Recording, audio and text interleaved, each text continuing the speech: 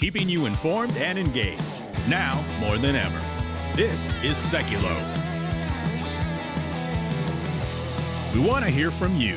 Share and post your comments or call 1-800-684-3110. And now your host.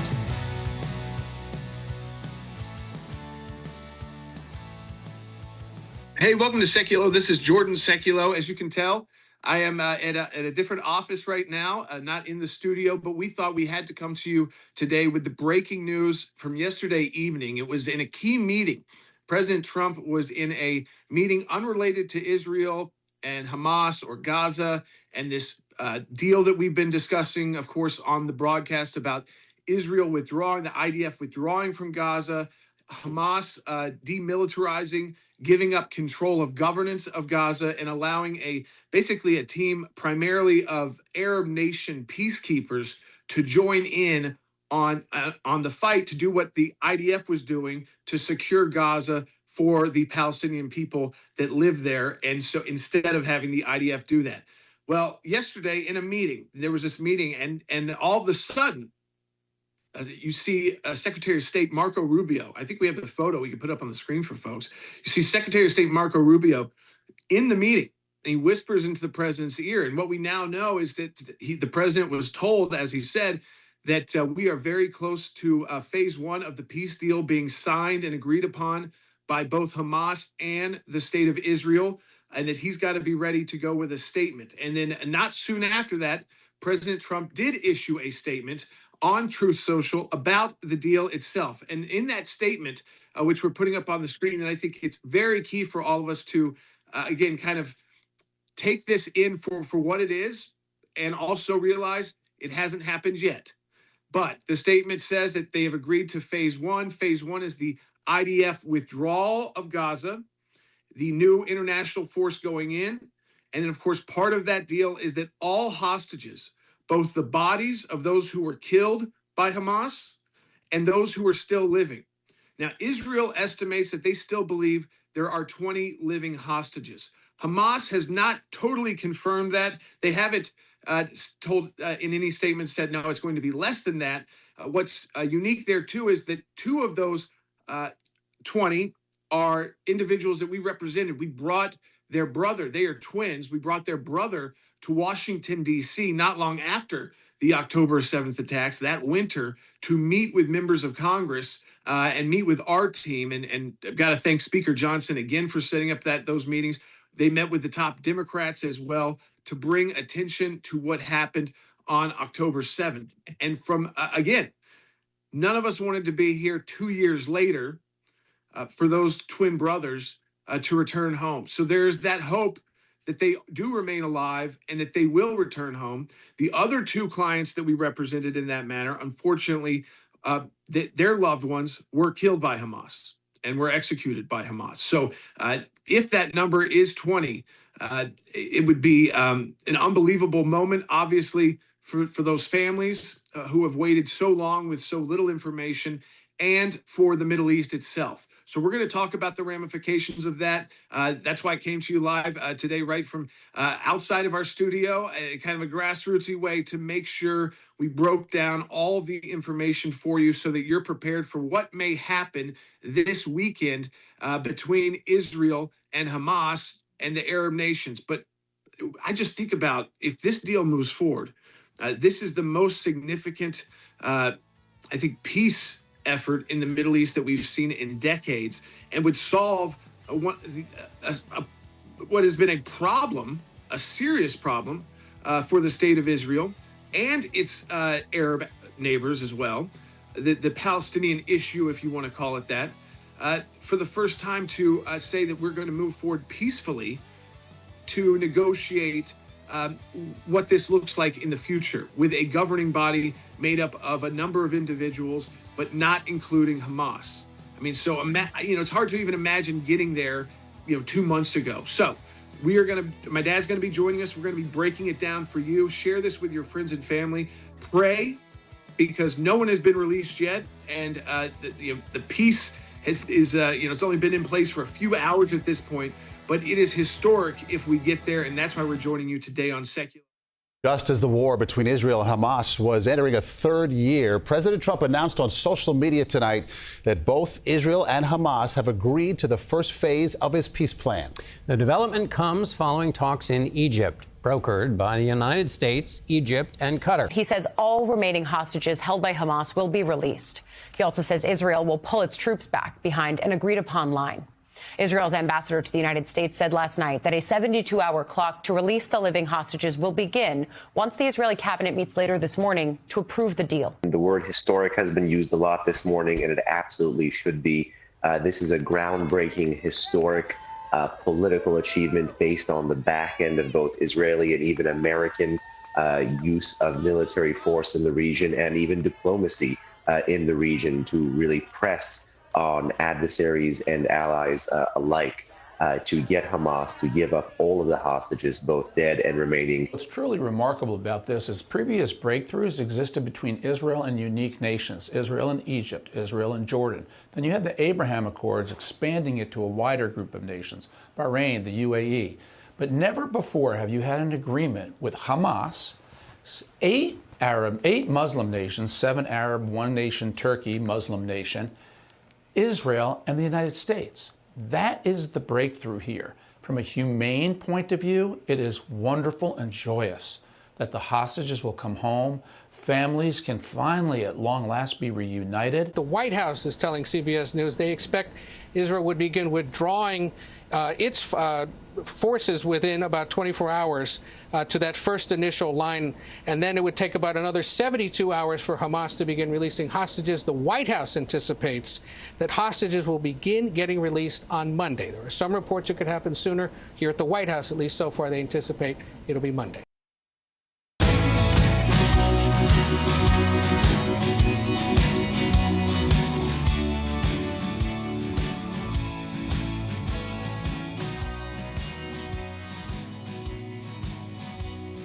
Welcome back to Sekulow, folks. We're joined by my dad, Jay Sekulow. This, again, as you see, I'm not in our normal studio, but I wanted to make sure you heard it from us directly. Some analysis of what just broke yesterday evening between Israel, Hamas, the Arab world, the United States, which has been brokering this deal to, one, get to a ceasefire between Israel and Hamas. Second, for Hamas to give up governance of the Gaza Strip, the return of the hostages. Israel believes 20 of those hostages are still living. Hamas hasn't said exactly that that's the number, but we hope and pray that it is, that number, and that they will ultimately return bodies as well. So this will be a first step we'll see from Hamas if they can meet what they have agreed to. And I want to make that clear. Hamas has agreed to this. Now, until any of that happens, again, we have to be praying that it does. We've represented these families. One of those families, the brother of the twin brothers that Israel believes are still alive. Again, you can understand how they're feeling right now. One, that Israel has continued to confirm that they believe that they are living, and two, that they may be returned home over the weekend, or at least early next week. I want to bring my dad right into the discussion, Jay Sekulow, our chief counsel. And Dad, I mean, that's kind of point one, is that this would be ultimately maybe the most historic peace deal in history if it goes through, in the Middle East, if it goes through the way that it is planned to. But even if phase one works, I mean, we haven't seen anything like this since the foundation of Israel. There's been consistent fighting and terror attacks and war since 1948. No, this is very encouraging. First of all, it would bring regional stability, not just to Israel and including Gaza and the West Bank, but it would bring regional stability to the Middle East. And that's very important for the rest of the world. You have to put this also in a context. Iran has been significantly degraded over the last 9 months because of President Trump's orders directly in our U.S. military, degrading their nuclear capacity. So you have that also happening simultaneously. We had the introduction of the first phase, what I call it, of the Abraham Accords. I think you're going to see this open up other countries to sign those accords in the very near future. You could already see that the regional players, including the Arab countries, are looking forward to this actually happening because it will take pressure off of all of them. Of course, our initial and primary concern has been the hostages because as lawyers, we were retained by those families a number of the families to represent their interests before international tribunals, which we did. You mentioned in the first segment, we did it in Washington. We've done it at the UN. We've done it at the European, the legislative chambers in Europe, including the European Parliament, and the Council of Europe. So we have made an international effort here, and I think what you're about to see, and look, the details here are the key. It's not now what's been written, that's been executed. It is the implementation of this. Will we actually see the release of the hostages? And Jordan, as you just pointed out, are there 20? Are there 30? Are there 5? We don't have a specific number. Israel's intelligence thinks there's upwards of 20. I hope and pray that's the case. I hope and pray there's more. But this is a very positive development, and I think you could see a radical change in the entire region. Yeah, I mean, we know we were with Liron Berman, and it's his twin brothers, Gali and Ziv Berman, who Israel, throughout the conflict, throughout these 2 years, and their photos are on the screen now, and he joined us in Washington, D.C. Israel has believed and put it out the message they believe that those twin brothers are still alive, and that would be a miracle, but it would also be, I think, something that, again, people weren't expecting this to even be the case anymore, that this could actually come to a close.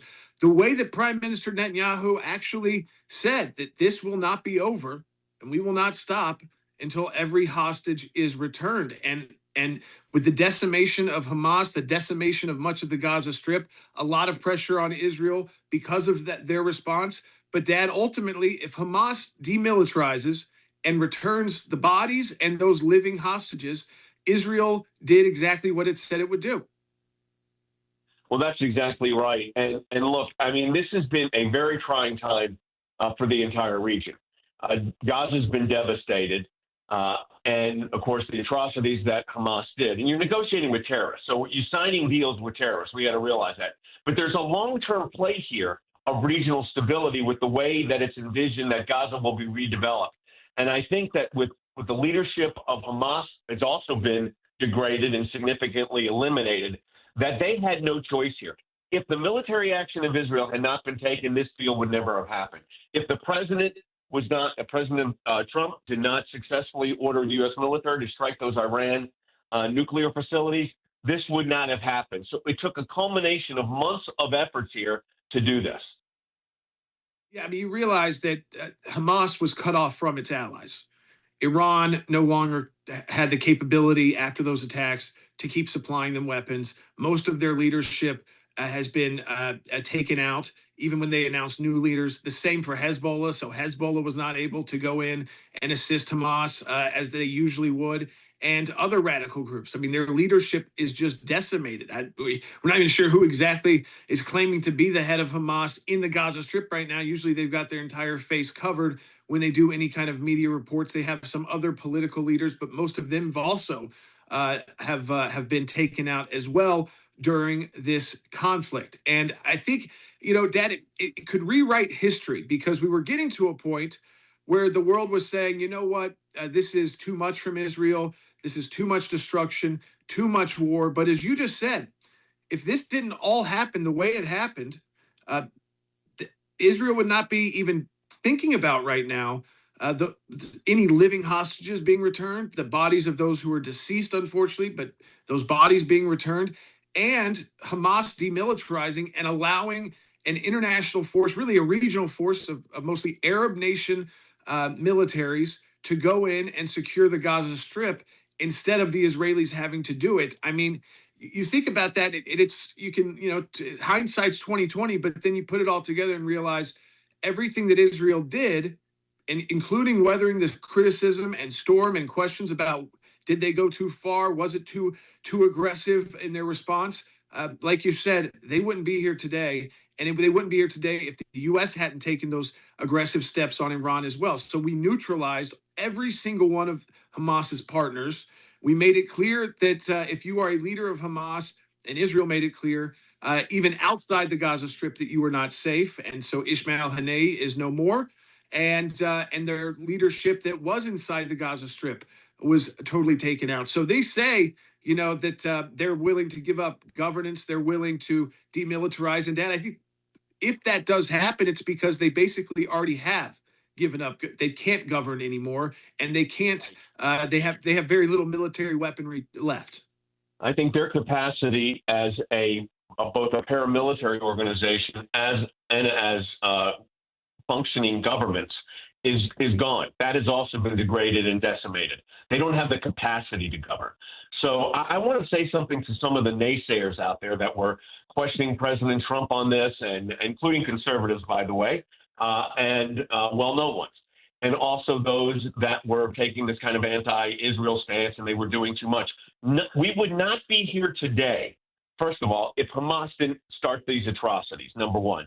Number two, we would not be here today unless the military action of the United States and the military action of Israel in the region had not taken place. So without those two, nothing happens. Now you've got Hamas coming to the table, giving up governance, which they're not capable of doing because they have no choice. They're not doing this because they want to. They're doing this because they have no choice. So, look, there's vital American interests at play here in the Middle East, considering Iran was threatening to cut off the Strait of Hormuz, which would have removed, I think, 65% of the oil and gas transports in the region and also to the rest of the world. So this end result is very positive. Yeah, I just want to play this flashback really quick for folks. This is November 7th. It's a month after the October 7th attacks. We brought those families of the hostages we represented to Capitol Hill. This is Speaker of the House Mike Johnson 2 years ago. We want to thank these families again for their courage and their willingness to share your harrowing stories. And I will say again and reiterate once more, we will stand against these atrocities, and we will stand with Israel, and we'll stand with each of you and your families. We'll be praying for you, and we'll be taking action, because that's what we're going to do here. That's what's called for. I know that your time is short and you have to leave. I want to thank Jay and Jordan Sekulow, the American Center for Law and Justice, for helping facilitate the visit today.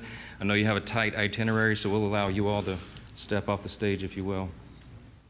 So, folks, again, that just underscores how long at the ACLJ we've been working towards this kind of moment, knowing that it was an uphill battle anytime you're dealing with a terrorist organization.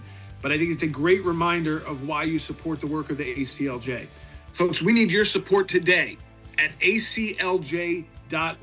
And you can become an ACLJ champion. Go to aclj.org. Support us today. Let's pray that these hostages get home and that there's peace for the people of Israel and for the region.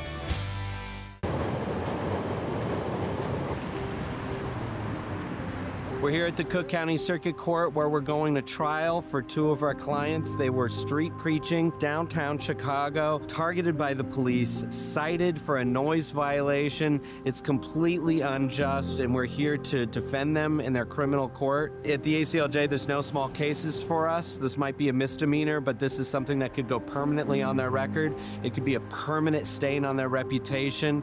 It could be fines, and frankly, this is exactly the kind of thing what we're here for. This is what the ACLJ cares about. These are young men passionate about the gospel, and we're not going to just sit around and let the police harass them, which frankly, that is what this is. We're here for two words: not guilty. That's the only answer that we think is acceptable. Those young men were not violating the law. Their volume was not at an illegal level, and we're going to make sure that the court and the judge see that. Victory! I might be packing my bag soon to return to Chicago.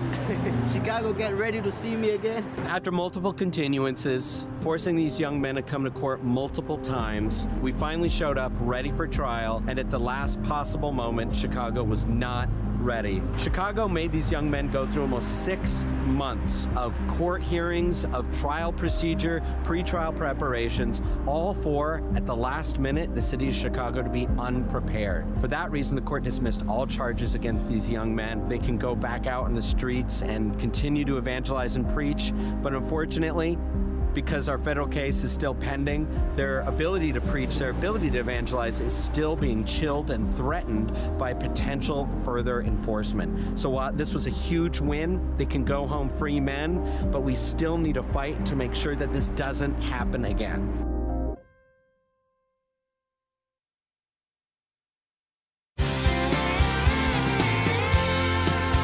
Welcome back to Sekulow. We are going to be taking your calls in the next segment, 1-800-684-3110. Like I said, we have a packed show. We're going to pivot right now to a segment that I've been looking forward to having our guest on. I mean, it's obviously been a very chaotic few weeks, so things have really obviously taken an interesting turn in this country. But there is one thing that is very important to me personally, something that I believe every family has been affected from right now, and that, of course, is the leading cause of death in America right now from the ages of 18 to 45, and that, of course, is the fentanyl crisis that has been happening. And Jacqueline Stapp is joining us because there's a wild stat.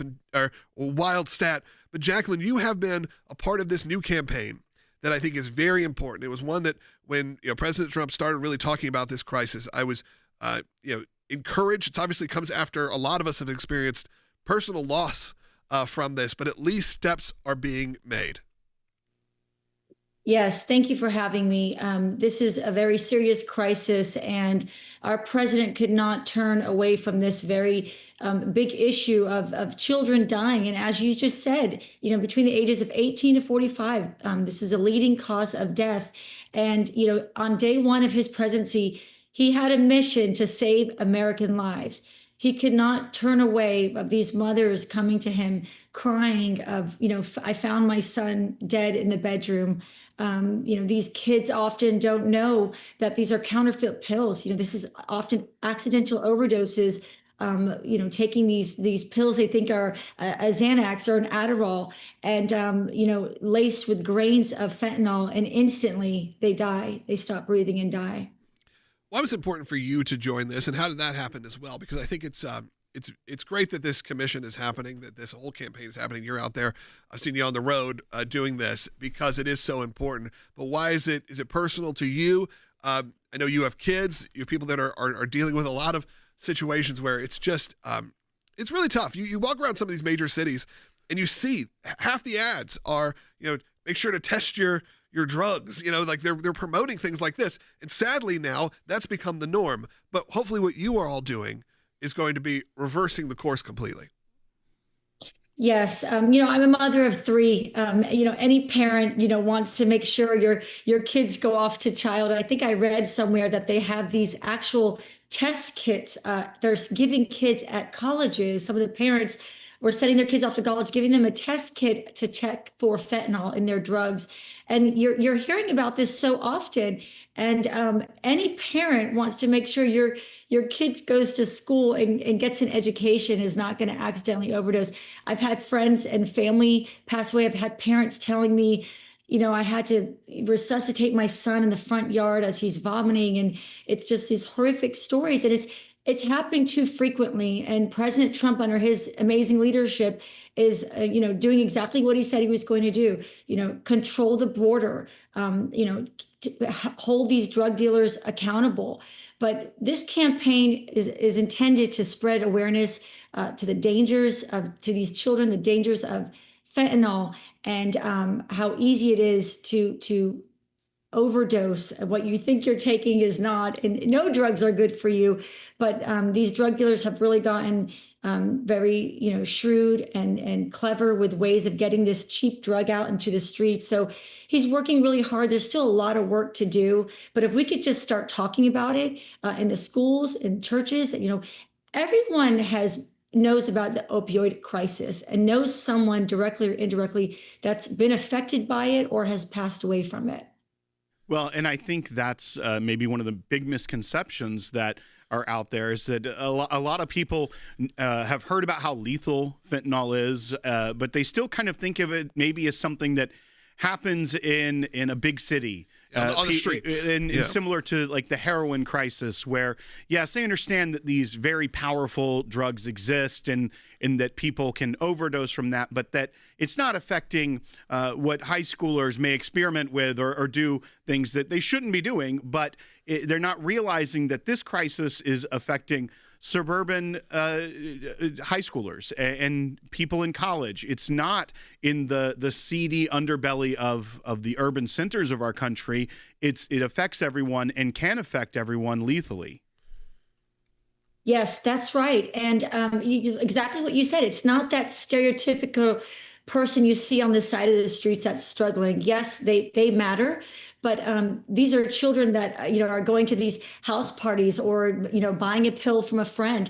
They don't intend to take their lives. This is accidental, and they don't know. And also on social media, there's these new ways on Snapchat. These kids are learning this type of secret code word and languages where they're buying pills from these dealers on the social media. And so we've got to put a stop to this. These lives matter, and our president is really trying to tackle this issue. It takes a village, and there's a lot involved in this, and we're grateful for this privately funded multi-million-dollar campaign, Make America Fentanyl Free. And there's resources on the website, but we've got a lot of work to do, and I thank you guys for helping us get the message out there. Yeah, whatever you need from us, we're all on board, because this is very important to us specifically, and we've talked privately about that, and this is something that I really want to make sure that our audience gets behind, understands the seriousness of it, and it's not, Will, as you said, just an issue that's happening, like you said, in sort of downtown areas, happening with the unhoused homeless population. This is happening everywhere. Like you said, the number one cause of death, and it can be easily stopped. Maybe not easily, but with people like you involved, it can. I have to say also, the ad campaign that's running is phenomenal. The ads, if you haven't seen them, they are incredibly powerful. Maybe we can pull one up and show one a little bit later this week on the broadcast, or next week, because they really are hitting home for a lot of people. So, Jacqueline, I just want to say thank you. We'll make sure we link everything to promote this campaign. This is one of those moments, Will, where I'm excited when we have President Trump taking action on something that we've known for years was a problem. That's right. This is something that has been talked about, but I feel like the action to explain to the people of our country about how it can affect them personally has been lost. That there was that disconnect, but this is kind of a new way to, one, reach the people, as well as make everyone aware, whether it be grandparents all the way down to people that are in school, be able to understand the real dangers of this. And while we are doing things on the border to try and stop it coming in this country, we also know how much is already here and how real that danger is. That's right. Go check out those ads. Check out all the great content. Jacqueline, I believe it's just at makeamericafentanylfree.com is where you can find everything. Thank you. Thank you so much. Appreciate it. Yeah, but we'll make sure we get that out there. Hey, when we get back, we do have a second half hour coming up on our broadcast. I want to make sure you're joining us for that. If you don't get us on your local station, find us broadcasting always on ACLJ.org, on YouTube, on Rumble. We are there broadcasting to millions of people each and every week. Be a part of that team there. Again, the easiest way is to go to ACLJ.org or download the ACLJ app. We are live Monday through Friday from noon to 1 p.m. Eastern time. You can work your way back from there. You can figure it out, whatever time zone you're in. And, of course, you can watch us or listen to us later on, however you get your podcasts, however you get your web video content. We're there.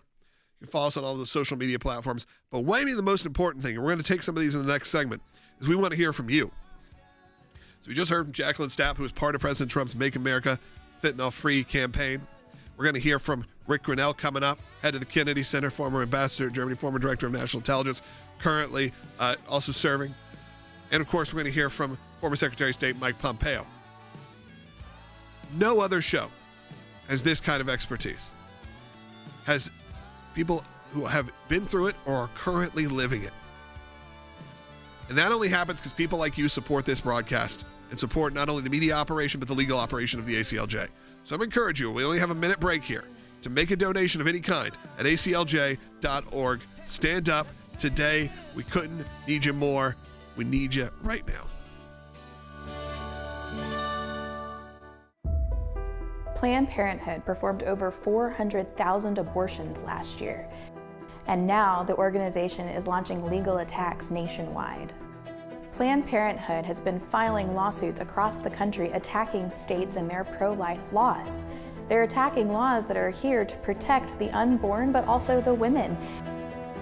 In Massachusetts, Planned Parenthood has gone after the federal government demanding money, and the ACLJ has stepped in Massachusetts to protect the unborn. In Massachusetts, we're also defending pregnancy resource centers that are the brunt of a lot of these attacks. They're using lawfare tactics to overturn abortion bans that are meant to keep the woman safe. Join us in the fight against Planned Parenthood. by signing a petition at ACLJ.org.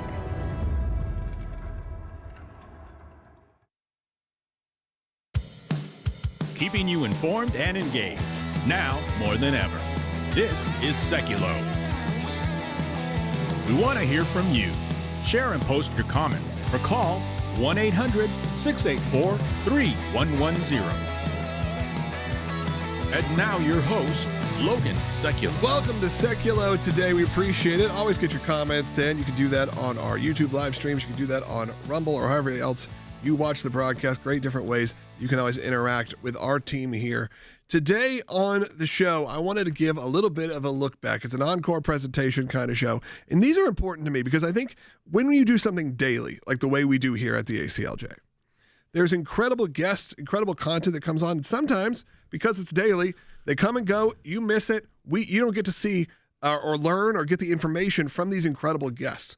So throughout this show, you're going to see some great content that we have produced over the last couple of weeks. Great guests. We're going to cover so many different topics, topics that you need to be informed about and make sure that you're always staying engaged with us. That's what we do here at the ACLJ. We want to give you a really broad scope. The work here at the ACLJ when it comes to our legal work, the scope is still now pretty wide. Of course, it's First Amendment, freedom of speech, religious liberties. Those are the core topics, but that can almost fit into almost any topic that's going around the world right now. That's right. And when you see a show like this, we're able to showcase not only the talent that we have that come onto the show and give that great analysis, but also how it weaves in with all the great legal work that we're doing, whether it be in D.C., around the country, or even around the world. The ACLJ has a presence and a mission, and it's something that we conduct every single day. And so when you get to hear this and you hear how all these pieces fit together over several weeks of content, it really makes an impression about how large the organization is, how impactful we can be, but also when there is something that rises in the news, there is an angle for the ACLJ many times to be involved, to give expert analysis on, and that's what we continue and strive to do every day. And Jordan, that's what's really going on even in our DC offices, that we're expanding those as well, because a lot of the topics that we do here at the ACLJ, they've now grown and expanded to really cover almost every arm and facet of what's going on in Washington, D.C. That's right. So we've opened up really significantly increasing our footprint when it comes to government affairs and policy. So as well as the legal side, and of course the attorneys are able to assist with the policy because it's lawmaking, but then you're also able to bring in these policy experts who know how to put into legislative text, know how to read through, and we've launched ACLJ Action, the C4, that can be more politically engaged, that can do even more on Capitol Hill on the causes we care about, and also brings us into new issues. And so it puts the ACLJ stamp on more issues than ever before. So I would say, while we are still focused on our core mission, we are able to, especially in these years like the Trump administration, expand the work that we are doing. And that's because of all of our supporters. And you'll learn about that through this broadcast today, because it's not just the kind of top three issues you think about. There's a lot more.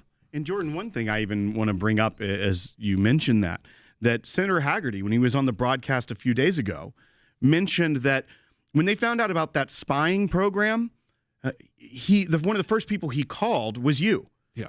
Because that is what the ACLJ is able to provide, whether it be elected members of Congress who we've represented on briefs before the Supreme Court for decades, whether it be they need advice to know how they should proceed or being looking at the expertise of the ACLJ, whether it be a sitting U.S. senator, a sitting president, or whether it be all the way down to someone who their faith or their rights are being violated by their local public school. The ACLJ is there to fight for those people. That's right. And I want to give you this opportunity right now before we head into break.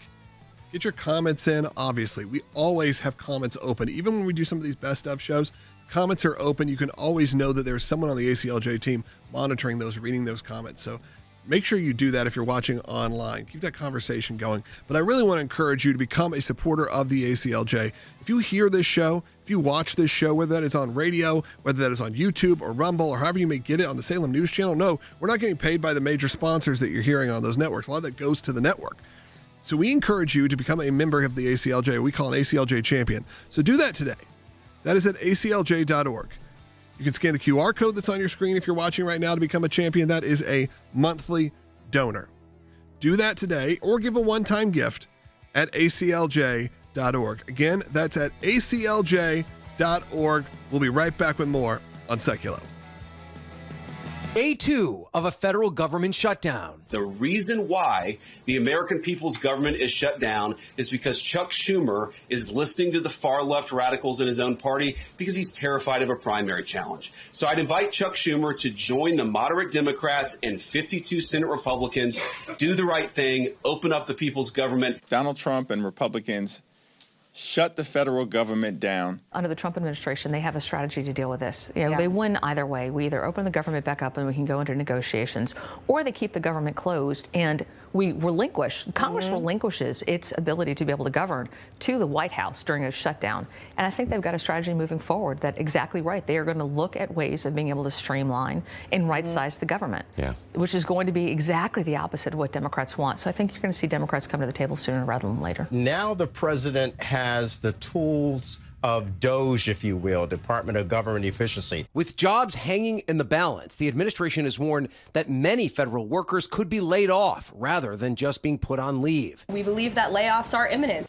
Now Trump's budget chief, Russell Vought, telling House Republicans yesterday those firings could start in the next 1 to 2 days, according to 2 GOP sources. Around the country, the federal fallout is growing, with an estimated 750,000 government workers furloughed.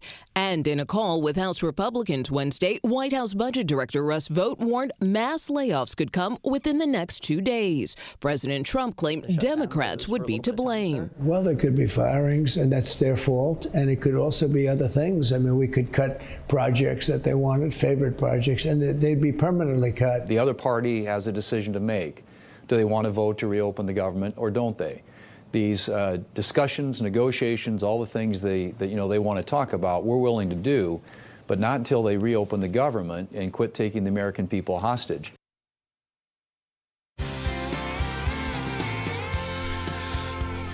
Welcome back to Sekulow, packed back half of the show. Rick Rennell's joining us right now. Rick, obviously we're in the middle of day 2, I guess, of government shutdown. And look, we were talking a lot. The first half hour, really up until right now, has been all about Israel, the holy days, of course, this attack that happened in Manchester. But I did want to pivot because last night, got a text even from you, and that we are in the middle of this government shutdown. We actually spent a good portion of the last segment talking about the arts and how the arts have majorly made a comeback at the Kennedy Center. There's been a bit of a change of tone, even coming from the mainstream media. You have seen, you were on CBS to announce, I loved that, on CBS this morning, announcing honors, and that cast of people on the couch was like, man, I've been wanting George Strait in this forever. They've been like, they were so glowingly excited. Obviously, it's on their network. They're not going to poo-poo it. But when there's the words President Trump involved, you never know what they're going to say. And they seemed largely very excited about this. And now you even have other content returning. You have people who have been going after the Kennedy Center, say, well, you know what? We got to give it to Ambassador Grinnell when he is able to pull off some pretty big wins. Yeah, we were pretty excited over the last, I'd say 2 or 3 weeks. We've had some really big wins.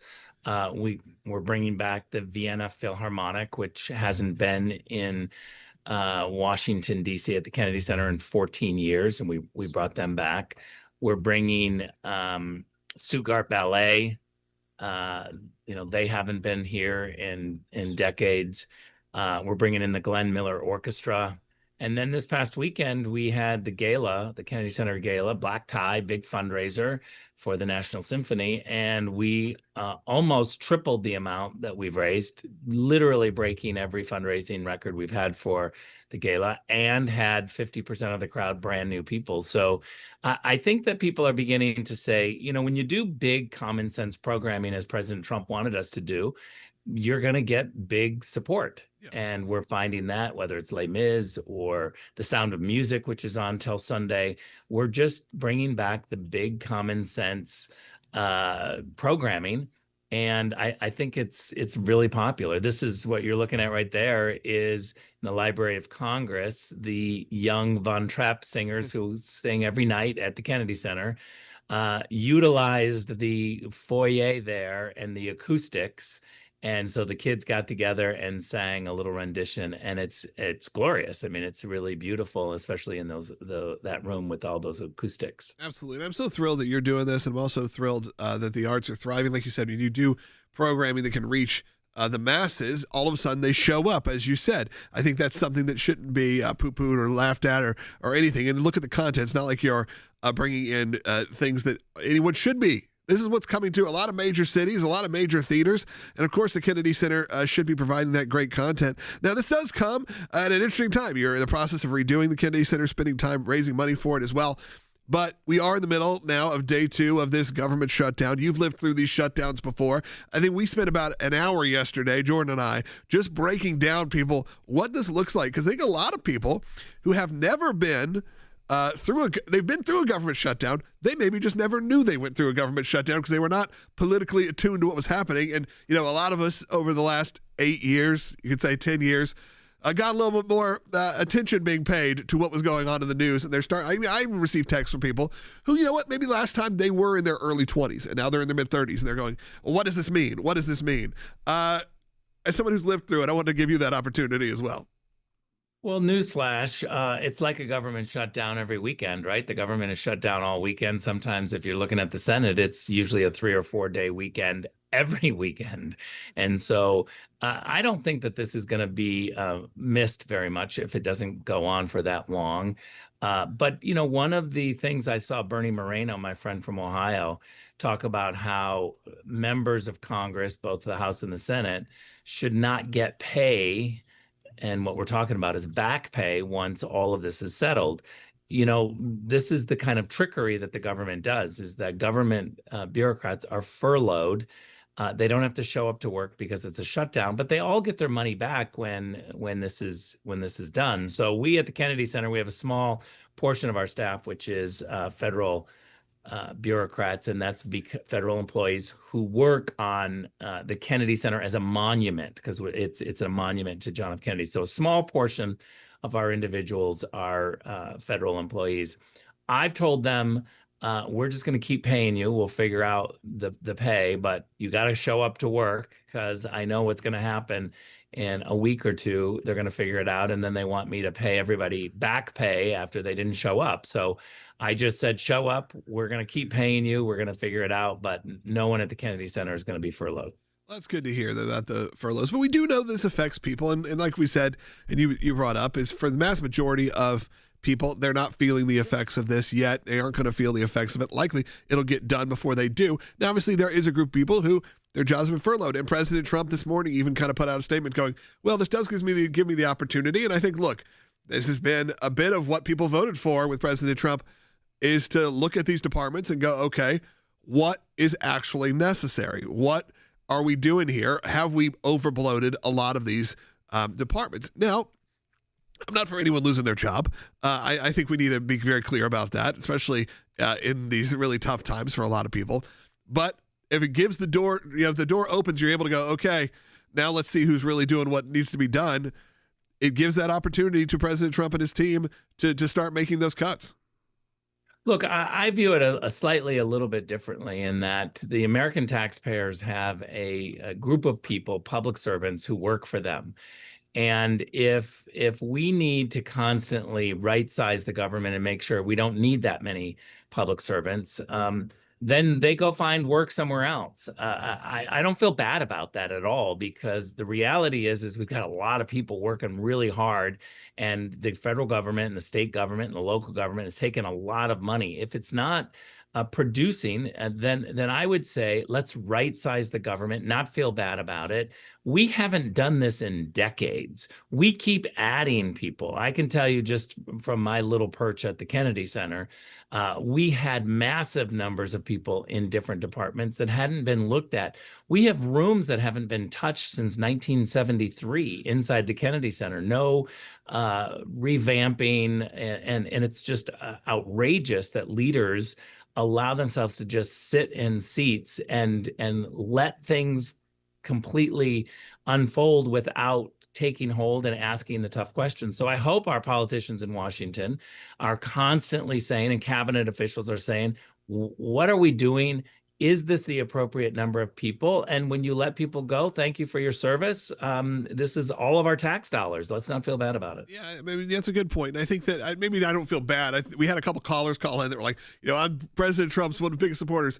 However, I'm furloughed right now and I'm nervous. And I get that. I get that understanding of being like, I'm nervous for my job. But you are right. It's a country where there are a lot of opportunities where people who aren't qualified for these jobs can go find other places of employment. You're right. Sadly, it had to come to this point. It wasn't that you had someone minding the shop, if you will, making sure that we were staying on track, that we had that we weren't over bloating these things. Like you said, you had rooms in the Kennedy Center that haven't been touched since the 70s.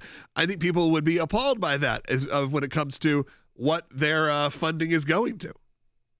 Look, I don't think our forefathers ever envisioned that Washington, D.C. would be a city that is untouched by the economy or layoffs. It's supposed to be the capital city. It was supposed to be a city that you were never really from. Right. You went there for a short period of time and then you went home. That was the whole vision. And now we have Washington, D.C. as a big, bustling city that never gets budget cuts. And so that wasn't the vision, to have a permanent bureaucracy, people who work for the federal government for 25 years. I think we got to move a lot of these agencies outside of Washington, move them to the rest of the country, have different types of people who have the headquarters. I'm talking about the headquarters not being in Washington, D.C. and moving them outside. I think that would really benefit all of the taxpayers, and we need to make decisions for all of America. That's not just so you don't have to spend less time in D.C. I feel like you're like, then we got to move these departments out of here. Why? Because Rick is like, we got you muted. Hold on, go ahead. Manhattan Beach would be a great place to put one of those agencies. Fantastic. And Nashville, too. Yeah, absolutely. We'll take it. We'll take all the people coming in. Rick, thanks for joining us today. I am really excited about what you're doing with the Kennedy Center. Of course, that's something, the arts is near and dear to my heart, so it's always nice to have that connection. But I am very excited for new programming and for the tone to finally come down a little bit. That people were going after you, were going after what was happening there, but I think they're at least even seeing the writing on the wall, that you may have had a couple people say we're not doing this, but for the mass majority of the people and mass majority of performers, they want to be involved in what you're doing at the Kennedy Center. We got like 20 seconds, but go ahead. Look, I appreciate that. It's a testament to all of the individuals at the Kennedy Center who are trying to get big, beautiful programming, things that are popular, the people that want to come see. Everyone is welcomed. Everyone should be coming. Awesome. Thanks, Rick, for joining us. When we get back, I want to hear from you, whether you want to respond to what Rick had to say about the shutdown or the arts. But of course, we're going to continue our conversation about the attack in Manchester, the synagogue, the high holy days here that we are right now. Your support of Israel, maybe the right's move away from supporting Israel. What do you think is the cause of that? Do you believe any of it's true? Give me a call, 1-800-684-3110. Now's the time to call in. 1-800-684-3110. Got a few lines open. Give us a call right now. Support the work of the ACLJ, by the way. You're not going to hear this kind of show anywhere else by going to aclj.org and making a donation today.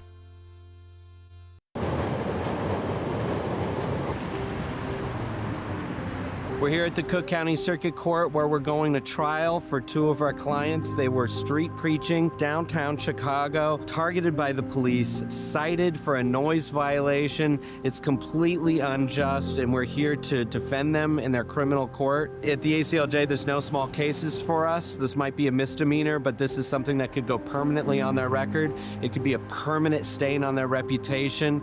It could be fines, and frankly, this is exactly the kind of thing what we're here for. This is what the ACLJ cares about. These are young men passionate about the gospel, and we're not going to just sit around and let the police harass them, which frankly, that is what this is. We're for two words, not guilty. That's the only answer that we think is acceptable. Those young men were not violating the law. Their volume was not at an illegal level, and we're going to make sure that the court and the judge see that.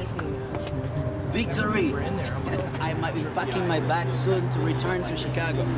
Chicago, get ready to see me again. After multiple continuances, forcing these young men to come to court multiple times, we finally showed up ready for trial, and at the last possible moment, Chicago was not ready. Chicago made these young men go through almost 6 months of court hearings, of trial procedure, pre-trial preparations, all for, at the last minute, the city of Chicago to be unprepared. For that reason, the court dismissed all charges against these young men. They can go back out in the streets and continue to evangelize and preach, but unfortunately, because our federal case is still pending, their ability to preach, their ability to evangelize is still being chilled and threatened by potential further enforcement. So while this was a huge win, they can go home free men, but we still need to fight to make sure that this doesn't happen again.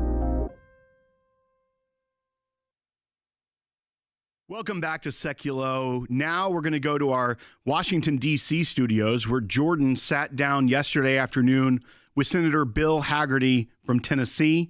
Let's take a listen. We're in our Washington, D.C. studio, and I'm with Senator Bill Hagerty of Tennessee. We're both Tennesseans. And, Senator, something you've been working on for months has been the safety of our cities. And this has been a discussion President Trump has been having about Washington, D.C., our capital city. We've talked about places like Chicago. We've talked about Los Angeles and New York. But there are cities in our home state as well. The city of Memphis, which is getting some attention now. And I want you to talk about kind of the efforts to make Memphis safe again for its residents and for those visitors, too. It's also a problem that's challenged Memphis and West Tennessee since I was a kid. To just share a very personal story.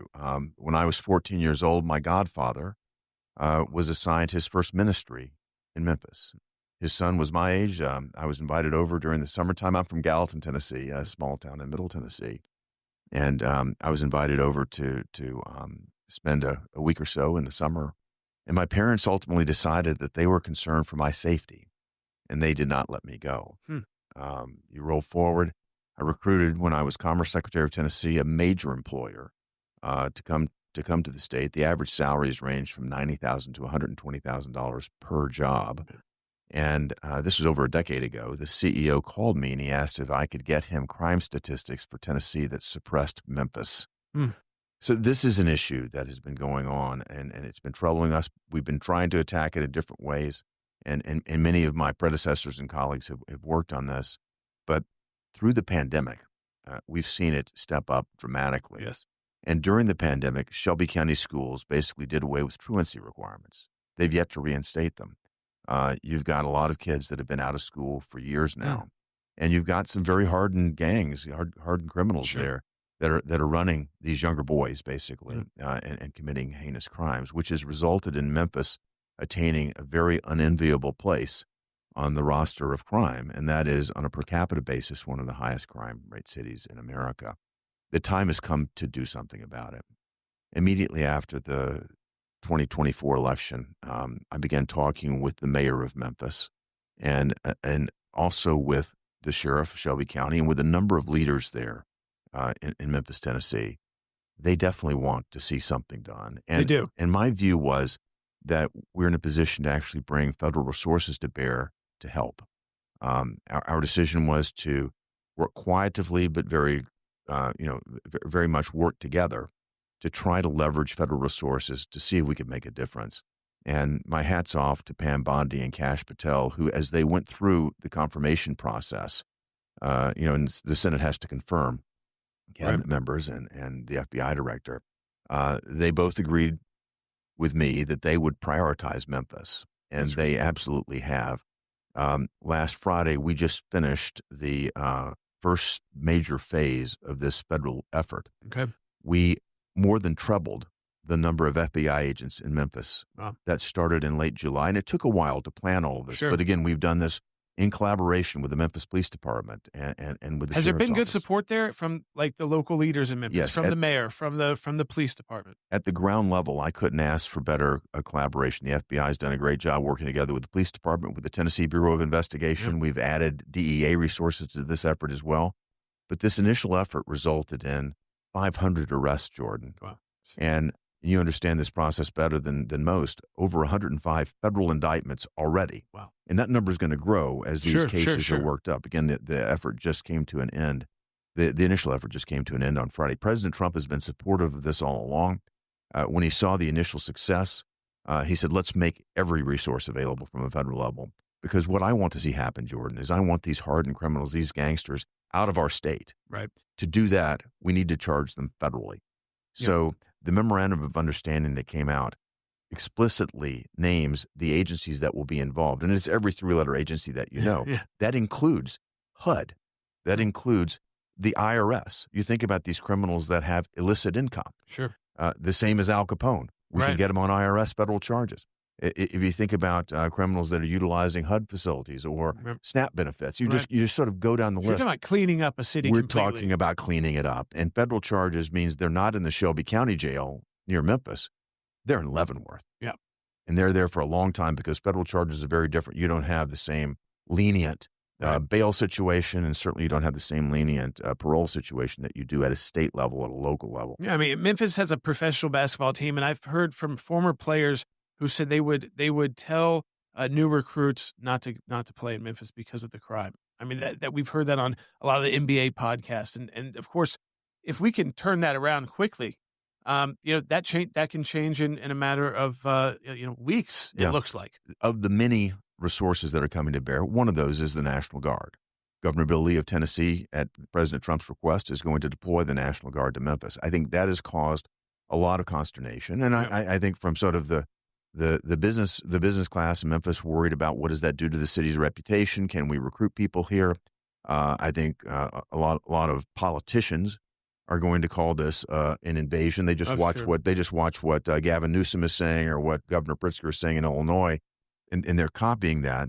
But at the end of the day, when these resources come in, and I've talked extensively with the mayor about how you might deploy the National Guard. He's talked with me about urban blight. That it affects every major urban city, but it's an issue in Memphis. The National Guard can help with that. Now, they're not there for law enforcement, but they're there to support the entire effort. And I think the neighborhoods, just as they have in Washington, D.C., will welcome the presence. I think the most important thing is that as we come in and we put heavy up on law enforcement, there I'm talking about DEA, ATF, the FBI again, as we heavy up the law enforcement and we really take a major step to clean out the hardest core criminals here. Incumbent upon me as a member of the Appropriations Committee in the Senate and on the governor, we're going to look for the federal aid and the federal resources, I should say, and the state level resources that Memphis needs to sustain this in the long term. Because Memphis has been historically short when it comes to law enforcement resources. They've had recruitment difficulties because of a local elected DA that George Soros got behind with $600,000 and put into office, who then proceeded to basically not try people and let them go. That has been demoralizing to the local police. That's going to change. And we're going to make certain, the governor and I have spoken about this extensively. And the mayor has been very clear with us. He's actually given me a list of what he needs. That's great. The resource requirements are significant, and we're going to do everything that we can to put those resources in place long term so that Memphis is sustained as the safest, hopefully the safest, certainly one of the safest cities in America. Yeah, I mean, Tennessee is becoming such a dynamic state. You don't want Memphis to be left behind with, you've got cities like Nashville, Knoxville, Chattanooga, all kind of moving forward. I mean, you could keep going through the list. Memphis isn't on that list right now because of the crime. If Memphis is on that list, I mean, the state becomes that much more dynamic. I posed the question to one of the new industries coming in, the folks running XAI. That's the big hyperscaler that's in Memphis. It's a huge investment that's coming in, $70 billion thereabouts that's coming in, and a lot of other companies that are interested in being part of that ecosystem. And the management of XAI said, in response to the notion of having, for example, National Guard resources there in Memphis, would that be a deterrent to those companies that are thinking about coming? And the response was, no, everybody knows there's been an issue. This actually shows that you care about it, that you're doing something to fix it. And that is absolutely the truth. And I have to compliment local leadership who've been willing to work alongside us. I certainly compliment the governor who's been willing to put the resources to bear. And and you've got a pledge from me that I'll continue to work my heart out with my colleagues in the Congress, David Kustoff, Congressman Cohen from Memphis, certainly Senator Blackburn. We're all working together to make certain that this is successful. Senator. Thank you so much. To support the ACLJ, go to aclj.org.